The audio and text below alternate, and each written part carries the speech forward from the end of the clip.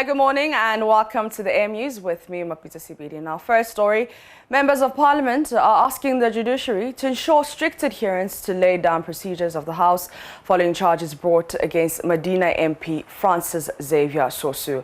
The police service Wednesday officially filed a court case charging the MP with the offence of the destruction of public property after a protest against bad roads in his constituency. On the back of that case, which will be playing out in court on November 8, some of Mr. Sosu's colleague MPs have been reacting to the latest development. Some of them have described the charges as far-fetched. Also, the Speaker has issued a statement accusing the police of undermining his powers. Parker Wilson captures all the latest happenings and reactions in this report.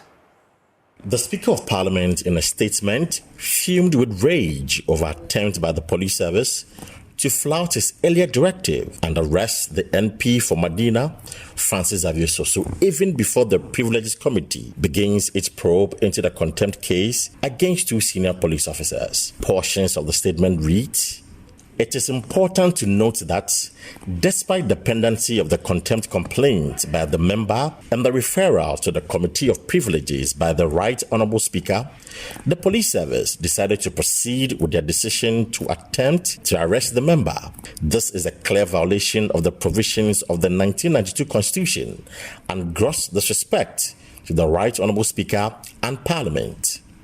The police service, instead of engaging the Right Honourable Speaker and the leadership of the House, surreptitiously attempted to arrest the Member of Parliament on Sunday, 1st November 2021 in church, where he fellowships.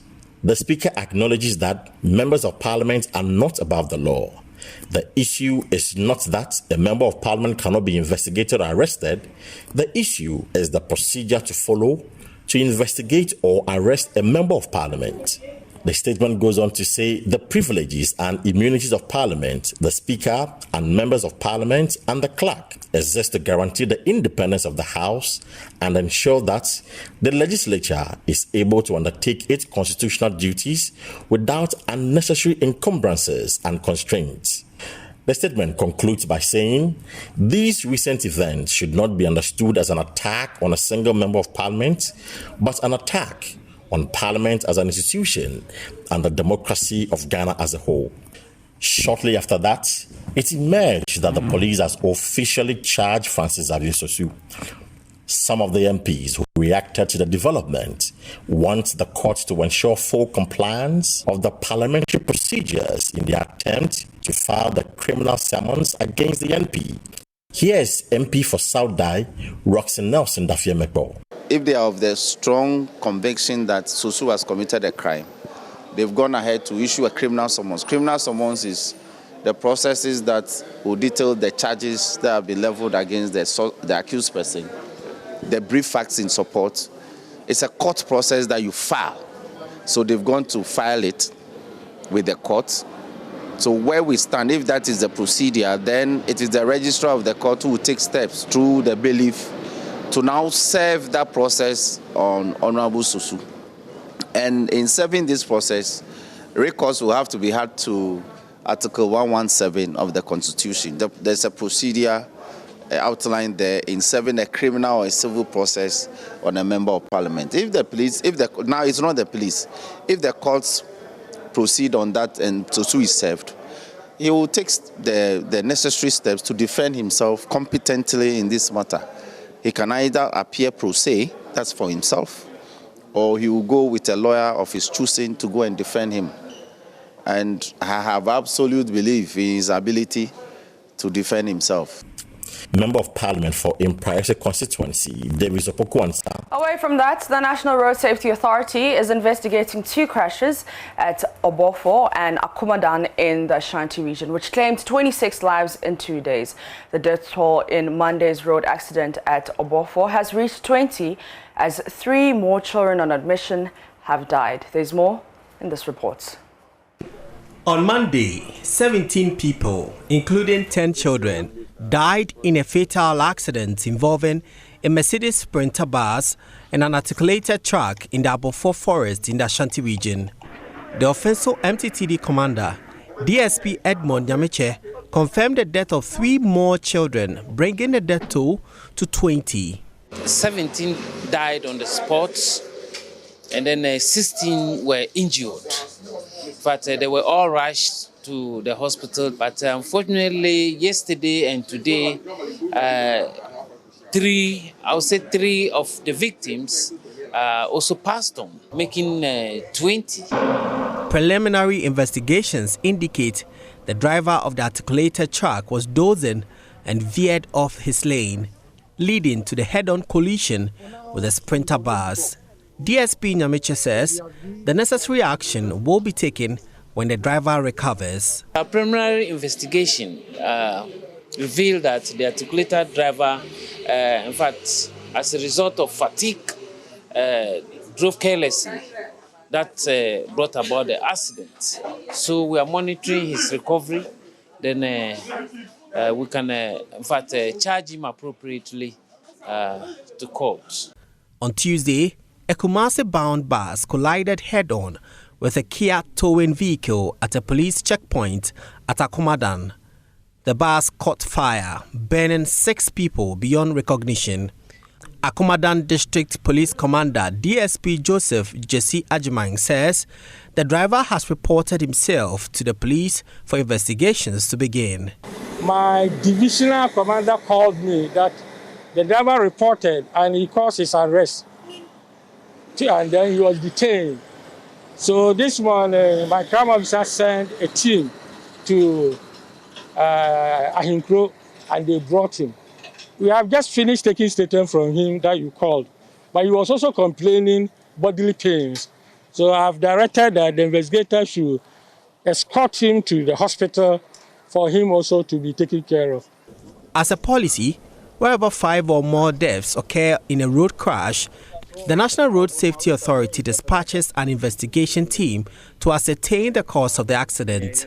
Director General of the authority, May Obrieboa, says the investigation is to help fashion out policies to prevent future occurrence of such crashes. So far, I think that for the 2 crashes, about 26 deaths, and we think that we cannot sit down unconcerned. Some of these investigations that we have done have helped us in some advocacy. For some years now, the authority has been advocating for dual carriages on our major roads. Because some of the investigations that came out, the results or the recommendations have been that some of these could have been prevented, or these crashes could have been prevented if we had dual carriages or multiple lane roads. If it's training, we will insist that they do training for their drivers and also ensure that anything that they have to do to prevent future occurrence, it is done. A report by Solomon Oforiamanfo. Households in Ghana have over the years struggled with increasing cases of robbery. Fortunately, a graduate of the Kwame Nkrumah University of Science and Technology has developed a security system which sends signals to your phone to alert you of an attempted burglary in your home. On Tech Thursday, Love FM's Emmanuel Bright Kweku engages CEO of Tech Device Hub Limited, Stephen Frimpong, on this new security system. Ordinarily, burglar proofs are designed to be secure and to frustrate any attempted burglary in your home. What if we had a burglar-proof device that could send you a cue through a mobile phone call that there has been an attempted burglary in your home? So let's find out how smart security system works. My name is Stephen Frimpong, the CEO of Tech Device Hub Limited. We've realized systems in Ghana here, are not the best fit for our part of the world. They are all imported systems because you'd buy a similar system and then it will need internet to report. Meanwhile, that is not the case over here because we don't rely a lot on internet. So these kind of stuff motivated us to build systems that are the best fit for our environment. So what motivated you to develop this idea? Most people have CCTV cameras in their homes. But then there was this article I was reading of some guy whose house has been looted. He has a CCTV footage of those people, but up till now, the people have not been found. So we decided to come up with a system that when the people are in action, when they open your door or when they enter your house, it detects them so that you are able to see them in action, and then it scares them away with an alarm.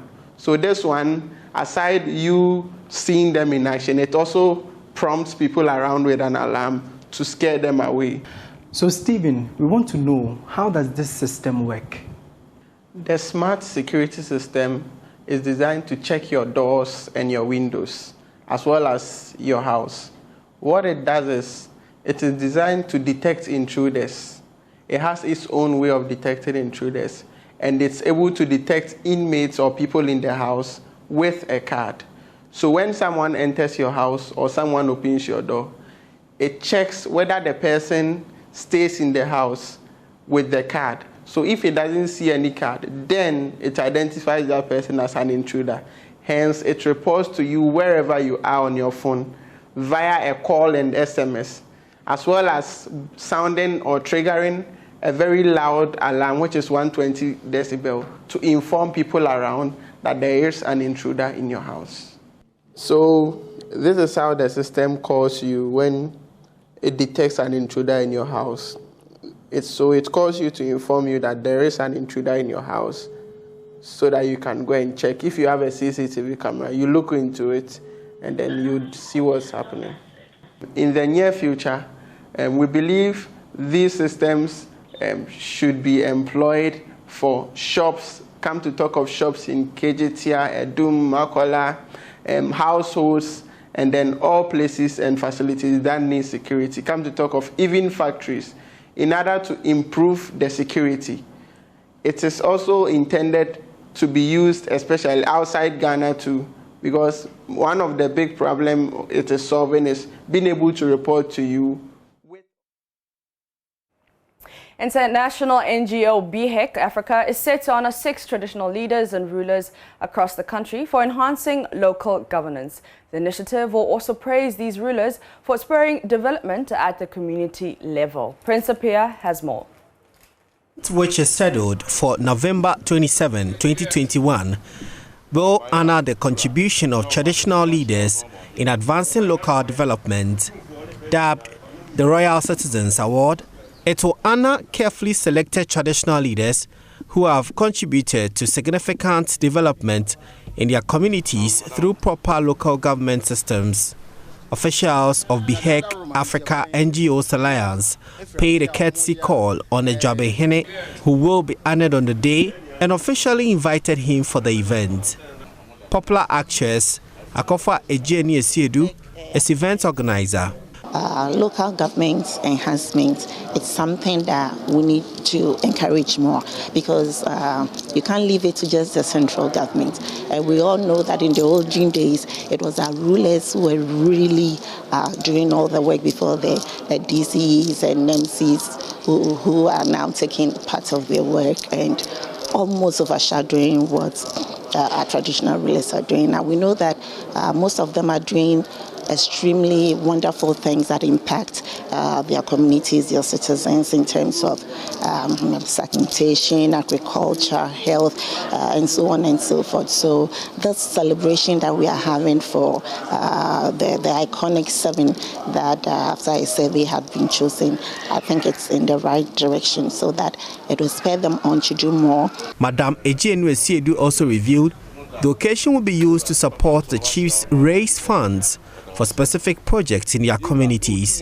We at BHEC Africa NGOs will facilitate to help them raise funds to do something that they really have the passion to do but can't have the funds to do it, because we have a lot of citizens staying outside the country, and so if their king calls out that this is something they want to do, I'm sure that everybody will rally around it and come so that they put up that special project that they want to put up in their communities. Jabehene received the invitation from the team during the Akweside celebrations in his palace. Jabehene Nana Otu Srebo II was excited by the honor.